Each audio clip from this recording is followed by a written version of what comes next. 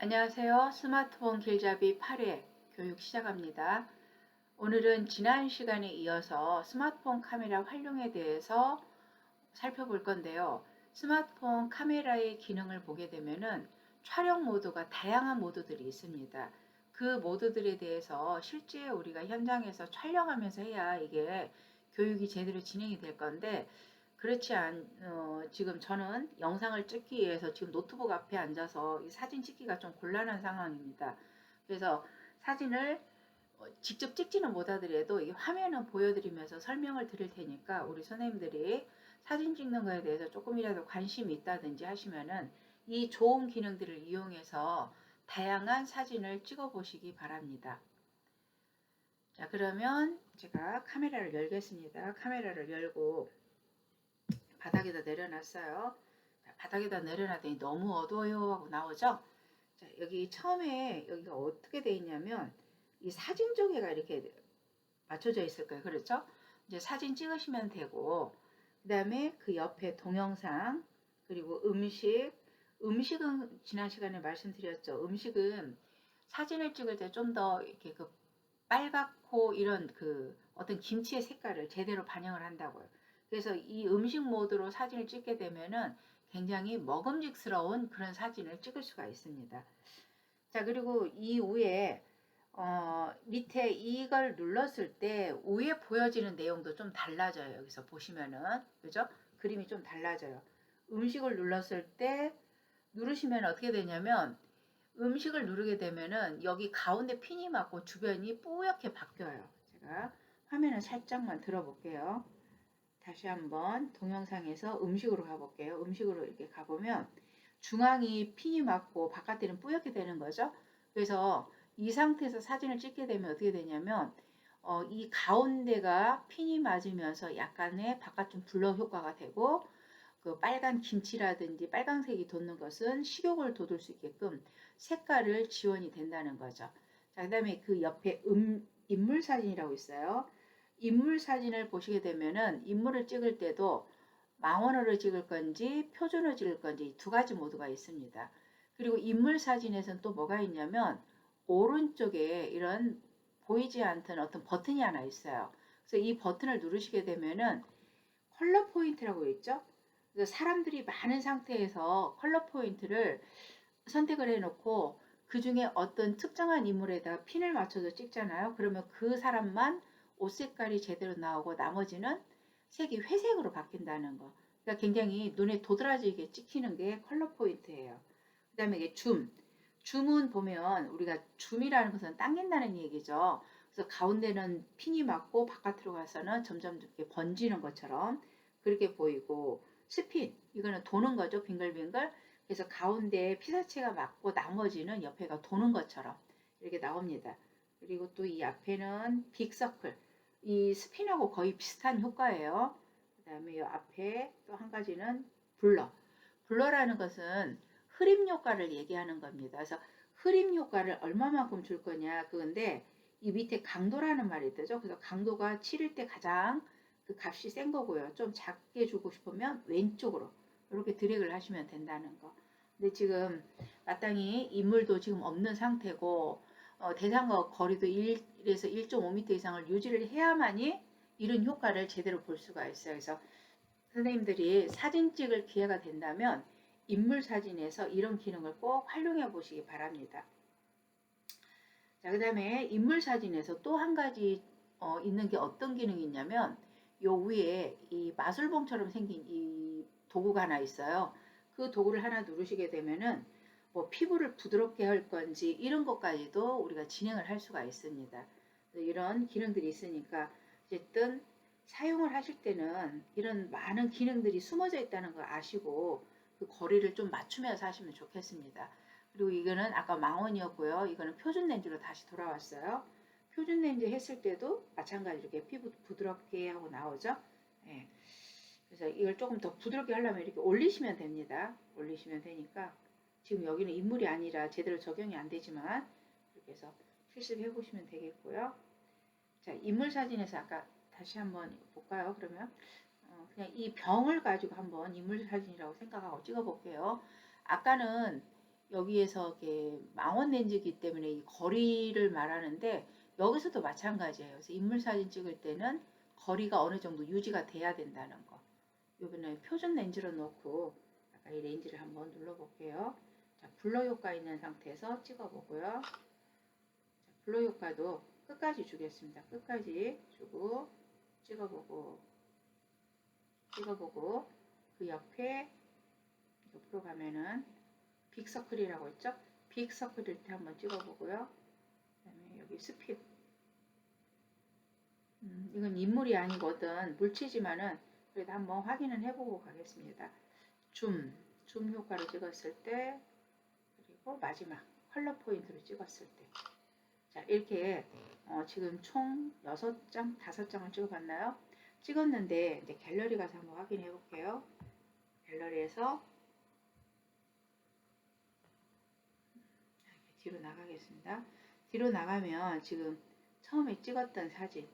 이 보면 이 가운데가 맞고 이 뒤에는 약간 그 흐림 처리가 되는 걸 볼 수 있어요.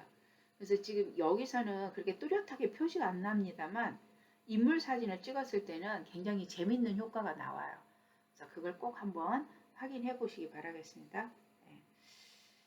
그래서 다시 카메라 들어가서 이번에는 이 더보기라는 걸 한번 보도록 하겠습니다. 더보기.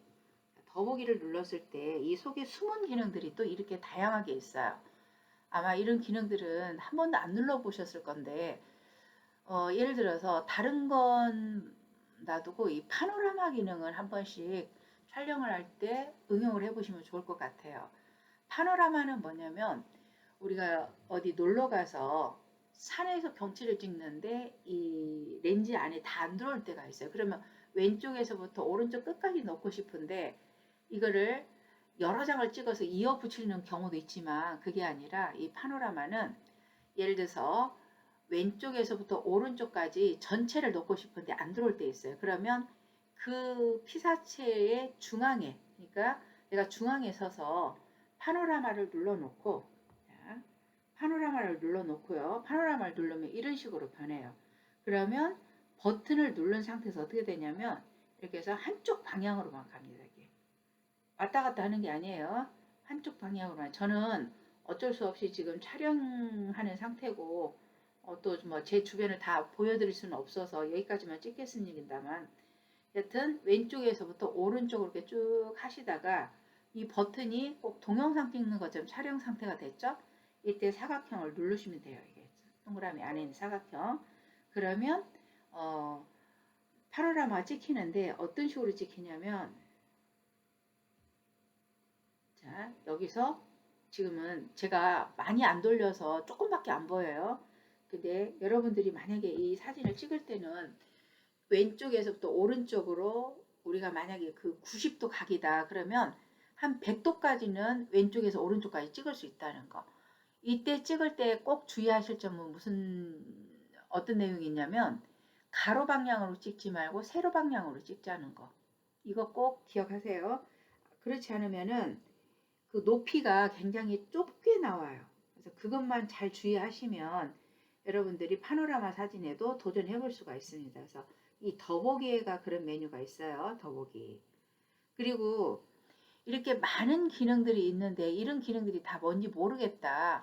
그러시면은 어디를 보시면 되냐면 여기 물음표를 보시면은 위에 물음표를 눌렀을 때 뭐 인물 사진을 찍을 때는 어떻고 야간, 음식, 그다음 뭐 슈퍼, 슬로우 모션, 하이퍼랩스 이런 거에 대한 설명들을 이렇게 다 보여주고 있어요. 그래서 그런 모드에 대한 설명도 한번 좀 살펴보시면 되겠고 그 다음에 밤에 해가 진 다음에 사진을 찍자 보면 어때요? 사진은 빛이 들어야 사진이 찍히는데 밤에는 빛이 없죠. 근데 어떤 조명이 있고 네온사인이 굉장히 예쁘고 불꽃놀이를 한다든지 이럴 때 우리가 사진을 찍는데 그 자동으로 놓고 찍으면 어떻게 되냐면 그 밤하늘이 까매야 되는데 밤하늘이 회색빛으로 나올 때가 있어요. 그것은 그 불빛이 반영이 돼서 그렇습니다. 그래서 이 야간으로 놓고 찍으시면 그나마 어떤 그 네온이라든지 이런 것들이 조금은 더 선명하게 찍힐 수 있다는 거. 그래서 이것은 여러분들이 직접 실습을 해 보시면 돼요. 야간 모드에다 놓고 그래서 밤에 촬영할 일이 있다 그러면 그냥 자동으로 놓지 말고 여기 더보기에서 야간 모드로 찍으시면 좋고요. 아니면은 여기 프로 모드로 찍을 수는 있는데 이 프로 모드는 잘못 설정하면은 자동으로 찍은 것만도 못할 정도로 이렇게 사진이 나와요. 그래서 이 프로 모드는 별도의 어떤 모든 기능들을 좀 배워야 되기 때문에 프로 모드는 이런 게 있다는 거는 잠깐 설명드리겠습니다. 뭐 ISO라고 해서 빛을 감지하는 이게 감도라고도 하는데 이 ISO 값에 따라서 빛이 많이 들어올 수도 있고 조금 들어올 수도 있다는 거. 그 다음에 요거는 셔터 타임이라고 해서 셔터 타임이 빠른지 느린지 여기에 따라서 빛이 들어오는 속도가 다르겠죠. 그 다음에 노출, AF, 오토포커스를 얘기하는 거예요. 그리고 WB라는 것은 화이트 바란스라고 해서 하얀색을 찍었을 때 하얀색이 나와야 돼요. 그런데 우리가 잘못 찍으면 하얀색이 아니라 노랗게 나오는 경우가 있어요. 이거는 화이트 바란스가 안 맞아서 그러는 경우가 생깁니다. 그래서 이런 건 좀 어렵고 좀 전문적인 용어들이라 여러분들이 조금은 이해하기가 어려울 수 있어요. 그래서 여기까지는 그냥 이런 정도가 있다는 것만 제가 간단하게 설명드렸습니다. 그래서 모드에는 이렇게 다양한 모드가 있다는 것. 그 중에 우리 여러분들이 사용할 수 있는 것들은 야간, 그 다음에 파노라마 이 정도는 사용을 하셔도 좋을 것 같아요. 그리고 인물 찍을 때도 앞에서 인물 사진 찍는 거 따로 있었죠. 동영상도 인물 찍는 동영상 모드가 따로 있는 폰들이 있어요. 그러면 이때 동영상을 찍을 때 인물을 중심으로 했을 때는 이 모드로 찍으시면 훨씬 더 인물이 예쁘게 나오고요. 그다음 동영상도 그냥 앞에서 있는 그대로 찍지 말고 사진에서도 프로 모드가 있는 것처럼 동영상에서도 프로 모드가 있다는 거. 그리고 슈퍼 슬로우 모션, 슬로우라는 건 느리다는 얘기죠. 슈퍼는 굉장히 느리다는 거. 그래서 우리가 TV에 보면 개그 콘서트나 이런 거 볼 때 뭔가 실수를 해요. 실수를 하면 슬로우슬로 해가지고 넘어지는 장면을 그렇게 보여준다든지 아니면 운동 경기 중에 굉장히 그 빠른 속도감이 있는 그 동작들을 굉장히 느리게 보여주는 거 있죠. 그런 것들을 슬로우 모션이라고 그래요. 그래서 슈퍼 슬로우 모션이 있고 슬로우 모션이 있고 이 슈퍼는 더 느리다는 얘기겠죠. 그러면 이 반대로 하이퍼랩스는 같은 동작을 해도 막 2배속, 3배속으로 굉장히 빠르게 움직이는 것들을 하이퍼랩스라고 그래요. 그래서 여기 지금 보여주는 슈퍼 슬로우 모션이라든지 하이퍼랩스라든지 슬로우 모션이라든지 이건 전부 다 동영상 형태로 찍힌다는 거. 그렇게 이해를 해주시면 되겠습니다. 그리고 우리가 이제 이 꼭 더보기까지 안 와도 이런 모드들을 내가 앞에다 놓고 쓰고 싶어요. 그러면 여기 플러스 모양 있죠? 이게 플러스 모양을 눌러가지고 예를 들어서 나는 파노라마를 잘 찍을 것 같아요. 그러면 얘를 그대로 드래그 하셔갖고 이렇게 끌고 내려오시면 돼요. 끌고 내려오면 여기가 떠요. 그리고 저장 한번 해볼게요. 저장하고 다시 카메라로 가겠습니다. 카메라 기본으로 뒤로 가서 나가겠습니다. 그럼 카메라 찍는 상태가 되어 있고요. 이 상태 보면은 아까 없었던 인물 사진 뒤에 파노라마가 있죠. 그래서 파노라마 찍을 일이 많이 있다. 그러면은 이렇게 앞에다가 화면에다가 설정을 해서 쓰셔도 좋습니다. 이 카메라는 실제 물체를 찍어가면서 우리가 실습을 해야 되는데 실습 없이 그냥 이렇게 설명만 하니까 이해가 안 될 수도 있어요. 하지만 여러분들이 가지고 계시는 이 카메라 기능이 어떤 기능들이 있는지 정도는 아시고 한 번씩 눌러보시면 됩니다. 특히 우리 어르신들은 뭘 잘못 누르면 고장 날까봐 겁이 나서 못 누른다고 그러는데 이 카메라 쪽에는 뭐 고장 나고 말고 할 거 없어요. 그냥 다 눌러서 한 번씩 적용해 보시고 마지막에는 어디로 가면 돼요? 여기 기본 사진으로 오시면 된다는 거. 여기 기본 사진으로 오시고 그리고 이 렌즈가 이렇게 3개가 있다든지 하면은 여기 첫 번째, 뭐 세 번째 이게 선택이 아니라 가운데 게 선택이 되면 돼요. 이게 이제 기본 값이니까 그렇게 오시면 됩니다.